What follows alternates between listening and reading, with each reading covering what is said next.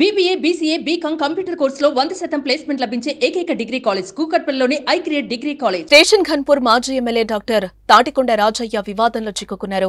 Rajaiah car ఢీకొని ఓ మహిళ అక్కడికక్కడే మృతి చెందింది. ఈ ఘటన స్థానికంగా తీవ్ర కలకలం రేపింది. మడికొండకు చెందిన కలకోట స్వప్న ఎస్సీ కాలనీ దగ్గర శనివారం రాత్రి డివైడర్ చెట్ల మధ్య నుంచి రోడ్డు దాటుతూ ఉండగా హైదరాబాద్ నుంచి హనుమకొండకు వెళ్తున్న రాజయ్య కారు ఢీకొట్టింది.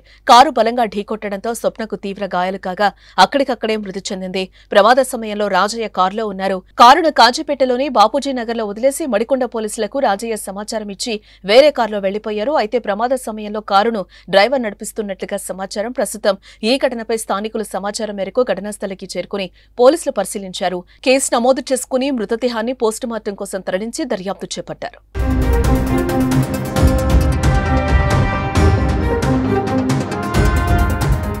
సుమన్ టీవీలో మీ పర్సనల్ అండ్ బిజినెస్ ప్రమోషన్స్ కోసం కింది నెంబర్కి కాంటాక్ట్ చేయండి.